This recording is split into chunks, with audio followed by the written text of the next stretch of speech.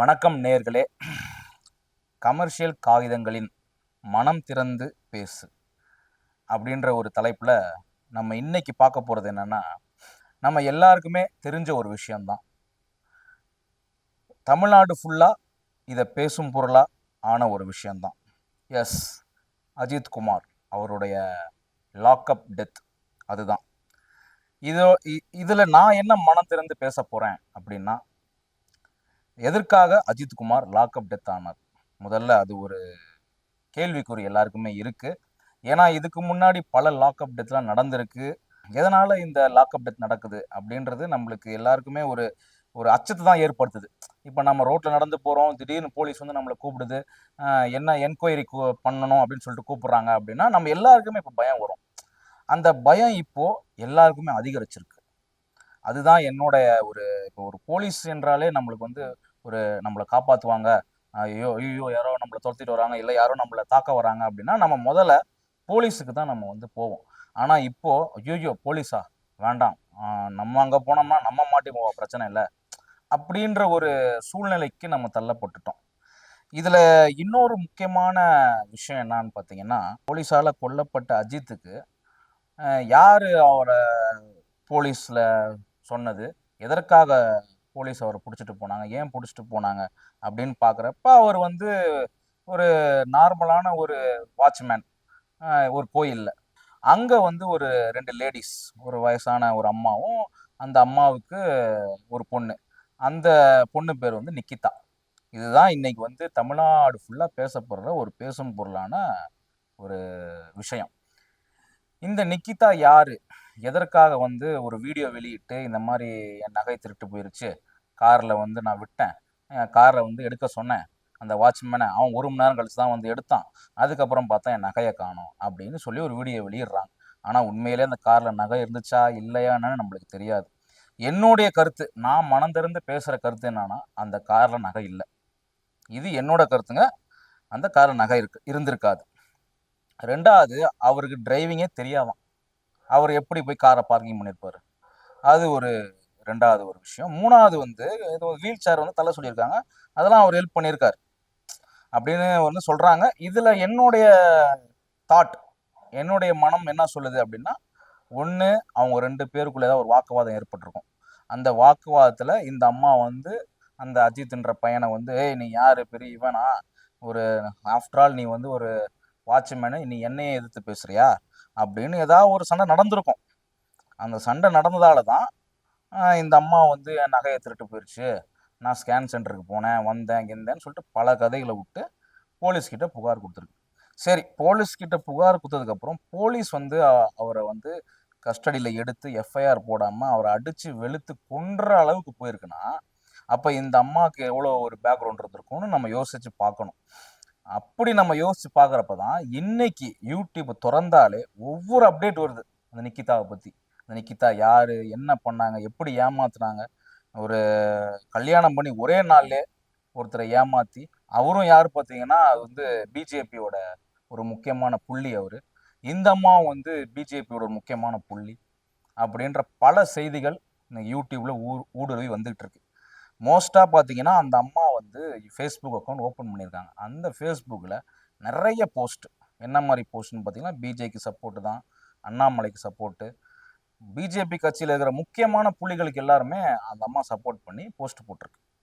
So இப்போது எதனால் அவங்க அவ்வளோ பெரிய பேக்ரவுண்டாக இருக்காங்கன்றது இப்போ நம்மளுக்கு தெரியும். 2வது, ஏன் இந்த விஷயத்துக்கு எந்த ஒரு பிஜேபி கட்சியாளர்களும் பேசலை அப்படின்ற ஒரு விஷயமும் நீங்கள் யோசித்து பார்க்கணும். இது என்னோட மனம் சொல்கிறது. உங்களுடைய மனம் என்ன சொல்லுதுன்னு நீங்கள் யோசித்து பார்த்துக்கங்க. அப்படின்னு நான் வந்து யூகிக்கிறேன். இப்போ இன்னைக்கு சுச்சுவேஷன் என்னென்னா, அந்த அம்மா மாட்டிக்கிச்சு. அவங்கள வந்து போலீஸ் வந்து கைது செய்யறதுக்கு ரெடி ஆகிட்டாங்க. ஆனால் அந்த அம்மா எஸ்கேப் ஆகி ஒரு டீ கடையில் எங்கேயோ பார்த்துட்டு பொதுமக்கள் பார்த்துருக்காங்க, லாக் பண்ணியிருக்காங்க. லாக் பண்ணுறதுக்கு போகிற டைமில் அந்த அம்மா வந்து நிறைய பேருக்கு ஃபோன் பண்ணியிருக்காங்க, இந்த மாதிரி வந்து என்னை காப்பாற்றுங்கன்னு சொல்லிட்டு நிறைய ஒரு முக்கியமான புள்ளிகளுக்கெல்லாம் ஃபோன் பண்ணியிருக்காங்க. எல்லா முக்கியமான புள்ளிகளும் கைவிட்டுட்டாங்க. நீ வந்து சரண்டர் ஆகிடு, வேறு வழி இல்லை அப்படின்னு வந்து சொல்லிட்டாங்க. ஸோ இப்போ நீங்கள் ஓப்பன் பண்ணி பார்த்தா கூட ஏதாவது ஒரு புது அப்டேட் அந்த அம்மாவை பற்றி வந்திருக்கும். மெயினாக என்ன சொல்ல போனோம்னா அந்த அம்மா வந்து நிறைய பேரை ஏமாத்திருக்காங்க. கவர்மெண்ட் வேலை வாங்கி தரேன்னு சொல்லி பல பேரை ஏமாற்றி பல பேரோட குடும்பத்தை சீரழிச்சிருக்காங்க. இதில் என்னுடைய முடிவுக்கு நான் வரேன். இந்த முடிவில் நான் என்ன சொல்ல வரேன்னா, இப்போ அஜித் குமார் வந்து இறந்துட்டார். இப்போ ஒரு வேளை அஜித் குமார் இறக்காம இருந்திருந்தா 4-5 அடியோட வாங்கிட்டு வீட்டுக்கு போயிருப்பாரு. இந்த அம்மாவை பற்றி உண்மையை வெளியே வந்திருக்காது. அஜித் குமார் இறந்து ஒரு உண்மையை வெளியிட்டிருக்காரு. அவருடைய சாவுக்கு ஒரு அர்த்தம்னு சொல்லுவாங்க பார்த்தீங்களா, அது அது இதுவாக தான் இருக்கும். அவருடைய சாவுக்கு அர்த்தம் என்னன்னா, இந்த நிக்கிதாவுடைய உண்மை முகம் வெளியே வந்திருக்கு. இல்லைன்னா இந்த நிக்கிதா இன்னமும் ஏமாத்திருப்பாங்க. பெரிய பெரிய புள்ளிகளோட சேர்ந்து பல பேருடைய குடும்பத்தை அழிச்சிருப்பாங்க. ஏன்னா இப்போ வந்து அந்த நிக்கிதா அம்மா தான் வந்து இந்த கொலை வழக்கு காரணம்னு சொன்னதுக்கப்புறம் ஏமாற்றப்பட்ட பல மக்கள் வந்து முன் வந்து மீடியாவில் பேச ஆரம்பிச்சிட்டாங்க.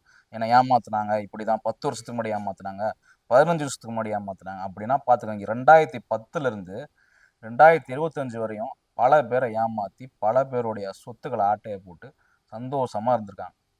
சரி, இதெல்லாம் நம்மளுக்கு எதுக்கு? ஏன்னா பல நாள் திருடன் ஒரு நாள் அகப்படுவான் அப்படின்ற பழமொழிக்கு உதாரணம் இந்த நிக்கிதா. எப்படியா இருந்தாலும் நாளை அவங்க சிக்கிடுவாங்க. சிக்கினதுக்கப்புறம் இன்னும் பல உண்மைகள் வெளிவரும். ஸோ என்னுடைய இந்த மனம் திறந்து பேசலை, என்னுடைய மனம் என்ன சொல்லுதோ அதை நான் உங்களுக்கு சொல்லியிருக்கேன். என்னை ரொம்பவும் பாதித்த ஒரு விஷயம் இதுதான். நம்ம வந்து எந்த ஒரு உலகத்தில் வாழ்ந்துட்டுருக்கோம், 2K அப்படின்ற ஒரு உலகம் அதில் வாழ்ந்துட்டு. இதில் என்ன ஒரு முக்கியமான விஷயம் என்னென்னா, மொபைல் ஃபோன் வந்துடுச்சு. ஏஐ அப்படின்ற ஒரு அபூர்வமான ஒரு கிராஃபிக்ஸ் அப்படின்னு சொல்லுவாங்க, அது வந்துருச்சு. இந்த மாதிரி ஒரு காலகட்டத்தில் ஃபாஸ்ட்டாக வாழ்ந்து கொண்டிருக்கிற இந்த ஒரு காலகட்டத்தில் இப்படி ஒரு நிகழ்ச்சி வந்து என்னை வந்து ரொம்பவுமே வந்து எனக்கு வந்து மன கஷ்டத்தை ஏற்படுத்திடுச்சு. வேறு எதுவும் இல்லைங்க, ரித்தன்யா அப்படின்ற அவங்க தற்கொலை பண்ணிக்கிட்ட ஒரு விஷயந்தான் என்னை வந்து ரொம்பவும் கஷ்டப்படுத்திருச்சு. இதில் வந்து என்ன ஒரு விஷயம் நான் சொல்ல வரேன்னா, என் மனசை திறந்து என்ன சொல்ல வரேன்னா, இப்போ இந்த பொண்ணு எதனால் செத்துருக்கும்னு நீங்கள் எல்லாருமே யோசிச்சு பாருங்களேன். இப்போ இந்த 2K கிட்ஸ் காலத்தில் எல்லா பொண்ணுங்களும் பார்த்தீங்கன்னா தைரியமாக எல்லாத்தையும் எதிர்கொள்கிறாங்க. இந்த 2K கிட்ஸில் பெண்களுக்கு மாப்பிள்ளை ஈஸியாக கிடைக்குது, ஆனால் மாப்பிள்ளைக்கு தான் வந்து பெண்கள் ஈஸியாக கிடைக்கிறது இல்லை. ஆனால் 90களில் பார்த்தீங்கன்னா மாப்பிள்ளைக்கு பெண்கள் ஈஸியாக கிடைக்கும், ஆனால் பெண்களுக்கு மாப்பிள்ளை கிடைக்காது. ஆனால் இந்த காலகட்டத்தில் அப்படி இல்லைங்க, டோட்டலாக சேஞ்ச் ஆயிடுச்சு. ஒரு மாப்பிள்ளைக்கு பொண்ணு கிடைக்கிறது ரொம்ப கஷ்டமான ஒரு உலகத்தில் இப்போது இந்த பொண்ணை வந்து ஒரு அரேஞ்ச் மேரேஜ் பண்ணி அவங்க அப்பா வந்து ஒரு 3 கோடி செலவில் அந்த பொண்ணுக்கு ஜாம்னு கல்யாணம் பண்ணிக்கிறாரு. 300 பவுன் நகை. யாருங்க 300 பவுன் நகை போடுவா? எதிர்பார்க்காத ஒரு விஷயத்த வந்து அவங்க அப்பா அந்த பொண்ணுக்கு செஞ்சு ஒரு 70 லட்ச ரூபா கார் வாங்கி அந்த கார்லேயே அந்த பொண்ணை வழி அனுப்பிச்சி வைக்கிறாரு. போயிட்டு வாமா, சந்தோஷமாக இரு, எதுக்கும் கவலைப்படான்னு சொல்லி அனுப்பிச்சி வைக்கிறார். அப்படி அமுச்சு வச்ச 70 நாளில் அந்த பொண்ணுடைய வாய்ஸ் மெசேஜ் தான் நம்ம கேட்டிருக்கோம். இந்த 2-3 நாளாகவே அந்த பொண்ணோட வாய்ஸ் மெசேஜ் கேட்குறப்ப அது சொல்லுது லாஸ்ட்டாக, என்னால் இன்னொருத்தரோடலாம் வாழ முடியாதுப்பா, நான் ஒரு தடவை கல்யாணம் பண்ணிட்டேன், அவ்வளோதான், இன்னொரு தடவை நான் கல்யாணம் பண்ண முடியாது, நான் சாவுறேன்ப்பா அப்படின்னு சொல்லுது. எந்த பொண்ணு, நான் பொண்ணுங்களை வந்து தப்பாக சொல்ல வரல, இப்போ ஒரு லைஃப் போயிடுச்சுன்னா இன்னொரு லைஃபுக்கு மூவ் ஆகுறாங்க. அப்படி ஒரு காலம் வந்துருச்சு. இப்போ ஒரு 2 பேரும் சரி வரலையா, சரி நம்ம 2 பேரும் சரி வரல, அண்டர்ஸ்டாண்டிங்காகவும் பிரிகிறாங்க. சரி, நீ உன்னுடைய இதை பார்த்துக்க, நான் என்னுடைய பார்த்துக்கிறேன், நான் வேறு யாருனா எனக்கு பிடிச்சவங்க நான் கூட வாழ்ந்துக்கிறேன், உனக்கு பிடிச்சவங்க நீ வாழ்ந்துக்க அப்படின்னு ஒரு காலகட்டத்தில் வாழ்ந்துட்டு இருக்க நேரத்தில் அந்த பொண்ணு லாஸ்ட்டாக சொல்லுது, எனக்கு வேண்டாம்ப்பா, ஒரு கல்யாணம் தான், நான் ஒரு தடவை பண்ணிட்டேன், இதுக்கப்புறம் நான் பண்ண முடியும், இதுக்கப்புறம் நான் யார் கூட நான் வாழ்வேன் அப்படின்னு சொல்லிட்டு தான் செத்து போகுது. இப்போ இதில் மெயின் அக்யூஸ்ட் என்னை பொறுத்த வரையும் அந்த பொண்ணுடைய அப்பா. அந்த பொண்ணுக்கு ஒரு தைரியம் கொடுத்து சின்ன வயசுலேருந்தே வளர்த்துருக்கணும். அந்த பொண்ணு வந்து நிறைய பேரோட பழக விட்டுருக்கணும். அவர்கிட்ட நிறைய பணம் இருக்குது, ஒத்துக்கிறேன். அந்த பணத்தை வச்சு மட்டுமே வாழ முடியாது. அந்த பணத்தை வச்சு அந்த பொண்ணுக்கு நல்ல படிப்பு கொடுத்துருக்காரு. அந்த பொண்ணை நல்ல வசதியோடு வாழ வச்சுருக்காரு. சின்ன வயசுலாம் சொல்லுவாங்க எல்லாருமே, இந்த மாதிரி, ஏய் எதுக்கு பையனை வந்து கஷ்டம் தெரியாமல் வளர்க்குற, அவனுக்கு கஷ்டம் திறந்து வள, அப்போ தான் அவன் வந்து நல்லா வளருவான் அப்படின்னு சொல்லுவாங்க. அது உண்மைதாங்க. ஒரு பண கஷ்டம் தெரியணும், ஏதாவது ஒரு பொருள் கிடைக்கல அப்படின்னா சின்ன வயசுல எல்லா குழந்தைங்களும் அடம் பிடிக்கும். அது தேவையான பொருளாக நம்ம வாங்கி தரலாம். தேவையில்லாத பொருள்லாம் அவனுக்கு வாங்கி கொடுத்து நம்ம அவனே கெடுத்த மாதிரி ஆகிடும். அப்படி தான் அந்த பொண்ணை அவர் வளர்த்துருப்பார். எந்த ஒரு கஷ்டமும் இல்லாமல் கேட்டதெல்லாம் வாங்கி கொடுத்து அப்படி வளர்த்துருப்பார். 2வது, அந்த பொண்ணு கூட யாரையும் அவர் பழக விட்டுருக்க மாட்டார். ஏன்னா அவர்கிட்ட பணம் அதிகமாக இருக்குது. இப்போ எல்லாம் 5 பேர் வந்து பழகுவாங்க. இப்போ பழகுறப்ப இவங்கள்ட்ட காசு அதிகமாக இருக்குது, காசு தான் கேட்போம் அப்படின்ற ஒரு எண்ணத்தில் அந்த பொண்ணை யார்கிட்டையும் பேச விடாமல் வளர்த்துருக்காரு. ஏன்னா அந்த பொண்ணு பார்த்தீங்கன்னா சொல்லுது, எனக்கு வந்து அப்பா நீங்கள் தான்ப்பா எனக்கு உலகம், வேறு யாருமே எனக்கு உலகம் இல்லை. இப்போ அந்த பொண்ணுங்களுக்கு நண்பர்கள் யாரா இருந்திருந்தாங்கன்னா இது நடந்திருக்குமா? நடந்திருக்காது. அந்த பொண்ணு மனம் திறந்து யார்கிட்டயாவது ஒரு சொந்தக்கார்ட்ட பேசிச்சா? பேசலை. யாருக்கிட்டையுமே பேசலை. ஜஸ்ட்டு ஒரு ஃப்ரெண்டுக்கு ஃபோன் பண்ணி, எனக்கு இந்த மாதிரி ஆகுதுடி அப்படின்னா அந்த பொண்ணு என்ன சொல்லியிருக்கோம்? ஏய் நீ அங்கேருந்து வெளியே வா, நான் பார்த்துக்கிறேன். டக்குன்னு 101க்கோ எதுக்கோ ஒன்று கால் பண்ணு, டக்குன்னு போலீஸ் வரும், டக்குன்னு எல்லாம் ஆக்ஷன் எடுப்பாங்க. அப்படி ஒரு காலகட்டத்தில் அந்த பொண்ணு இறந்து போகுதுன்னா அது காரணம் முழுக்க முழுக்க காரணம் அவங்க அப்பா அம்மா தான் நான் சொல்கிறது. மாமியார் மருமக அந்த மாப்பிள்ளை பண்ண கொடுமை அது ஓகே, அது வேறு டிபார்ட்மெண்ட், இது வேறு டிபார்ட்மெண்ட். நீ இவ்வளோ காசு இருக்குன்ட்டு போய் அவனை கல்யாணம் பண்ணி வச்சுருக்க. இதே ஒரு நார்மலாக ஒரு 50,000 20,000 சம்பாதிக்கிற ஒரு ஆணுக்கு நீ கட்டி கொடுத்தீங்கன்னா அந்த பிள்ளைய தங்கமாக தாங்கியிருப்பான். ஆனால் அந்த பிள்ளைய அவன் என்னென்ன பண்ணான் தெரியுங்களா? செக்ஸ் டார்ச்சர் பண்ணுறானா? அந்த பொண்ணு வந்து பாத்ரூம் போச்சுன்னா அது பக்கத்துலேயே போய் நிற்பானா. அந்த பொண்ணுக்கு எவ்வளோ சங்கட்டமாக இருக்கும். அந்த பொண்ணு சொல்லுமா, ஏங்க நம்ம அரேஞ்ச் மேரேஜ் தான் பண்ணியிருக்கோம், எனக்கு டைம் வேணும் அப்படின்னு கேட்டிருக்கான். ஆனால் அவன் எதுவுமே கேட்கலையான்.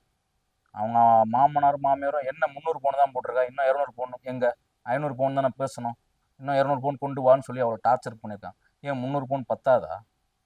இல்லை நான் கேட்குறேன். அவன் நான் ஒரு 10 ரூபா சம்பாதிக்கிறத நாக்கு தள்ளுறான். இவன் இந்த இந்த பொண்ணோட அப்பன் இவ்வளோ காசு சம்பாரிச்சு எல்லாத்தையும் தான் பொண்ணுக்கு தரேன்னு சொல்லி இப்போ காசும் போச்சு, பொண்ணுக்கு பொண்ணும் போச்சு, எல்லாமே போச்சு. ஸோ என்னுடைய மனம் திறந்து இதை நான் ஏன் சொல்கிறேன்னா, நம்ம வந்து பிள்ளைங்களுக்கு எல்லாத்தையும் எடுத்து சொல்லுங்க, கஷ்டத்தை காமிச்சு வளங்க.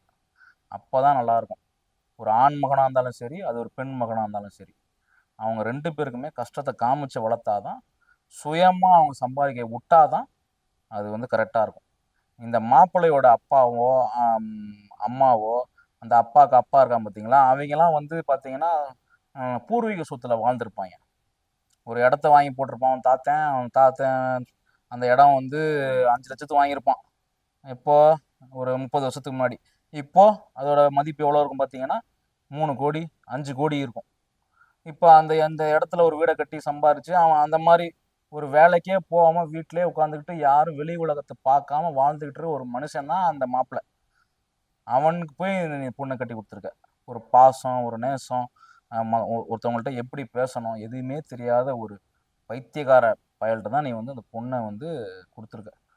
ஸோ நான் என்ன சொல்ல வரேன்னா, பணம் முக்கியம் இல்லை இந்த வாழ்க்கையில். பணத்துக்கு வந்து ஒரு 10 ரூபா 10,000 சம்பாதிக்கிறானா அவனுக்கு தான் இந்த உலகத்தில் எப்படி வாழணும்னு தெரியும். இந்த 10,000 வச்சு ஒரு மாதம் ஓட்டுறானா அவன் தான் உண்மையான ஒரு எப்படி இந்த உலகத்தில் வாழணும்னு தெரிஞ்ச ஒரு ஆளாக இருப்பான். ஸோ நம்ம வந்து பணம் கம்மியாக இருக்கிற ஒருத்தனுக்கு நம்ம ஒரு பொண்ணை கட்டி கொடுக்குறதுல தப்பே இல்லைங்க. நம்ம பொண்ணு உயிரோட வாழ்வா, நல்லா வாழ்வா, சந்தோஷமாக வாழ்வா. சரி, இந்த மனம் திறந்து பேசலை இந்த நிகழ்ச்சியை நான் இதோட முடிச்சுக்கிறேன். நான் உங்களிடம் மனம் திறந்த பேச விரும்புகிறேன். அதுவரை உங்களிடமிருந்து நான் விடைபெறுகிறேன். நன்றி, வணக்கம்.